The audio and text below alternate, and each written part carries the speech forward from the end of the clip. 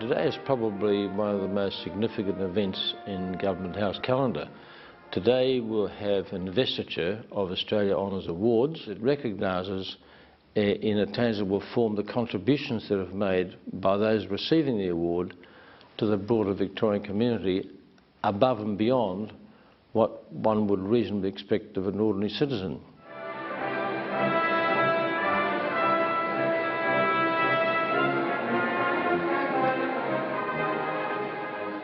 Today is a special day for you and your families. My key message is please relax and enjoy the special occasion. Our staff in this room and the Governor's honorary military aides are all veterans of investitures, and they'll be able to gently guide you every step of the way.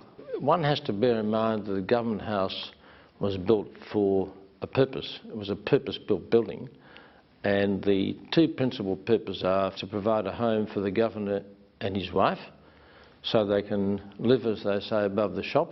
And the second primary function of this House is to facilitate the Governor of the day holding events of state importance, such as today.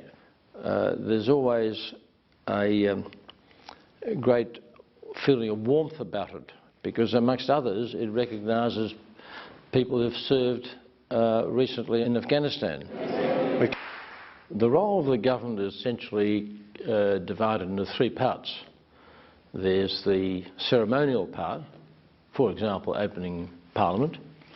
There's the constitutional part, which is very important, and that is really to ensure that the government of the day conducts its affairs in accordance with the Victorian Constitution and the rule of law. The third job, it's probably the most enjoyable, is engagement with the community. We go on regional tours where we meet the local community, particularly when they suffered from natural disasters such as floods and bushfires and so forth. And this interaction with the Victorian community is a real eye-opener. It shows how self-reliant, how stoic the regional communities are.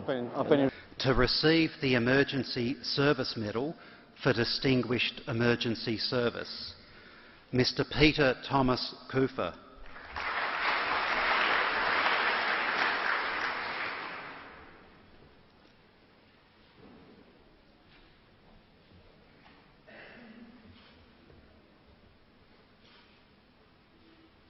Mr. Gary John Lovell.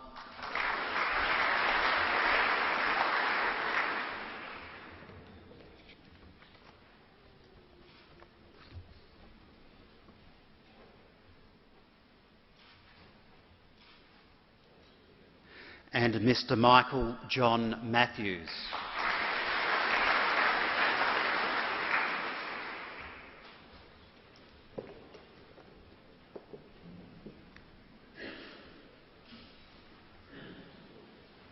Awards.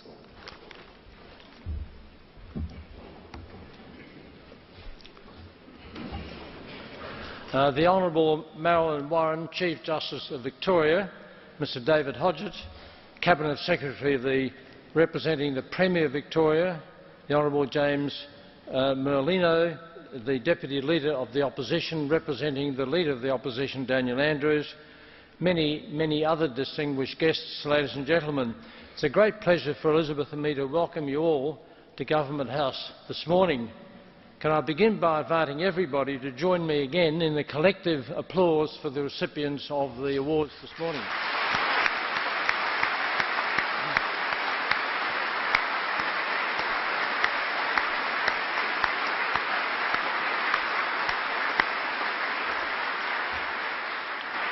The citations that you heard read out this morning really highlight the range of contributions that the recipients made to our community.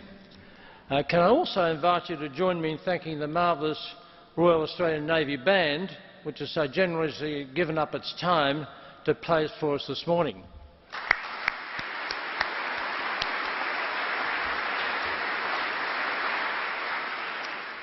Government House and this historic ballroom in particular are an appropriate venue for this morning's great celebrations.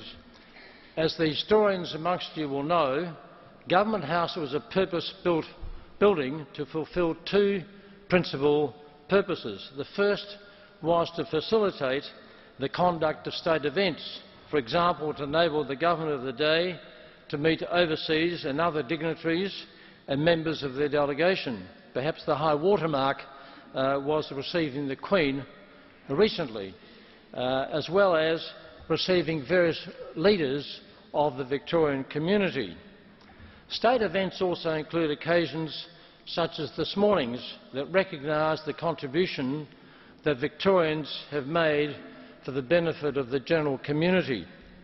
There are very many other events that are held here throughout the year to mark all those who have contributed to benefiting this state and its community.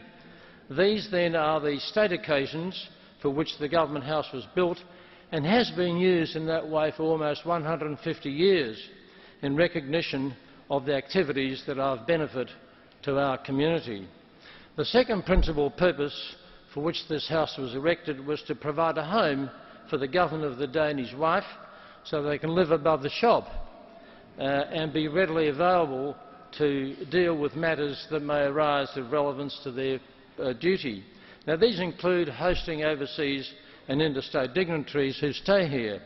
Recent examples were the Crown Prince of Denmark and his family, the Duke of Kent, a number of ambassadors and leading businessmen and other leaders from our region.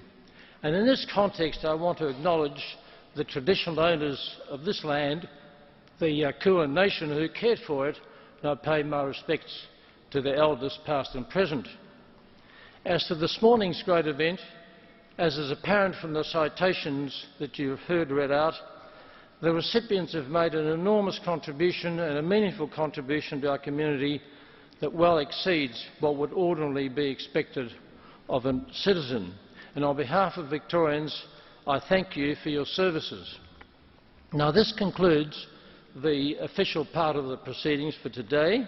Can I invite you to join Elizabeth and me for some refreshments and to explore the state apartments which will be open for viewing.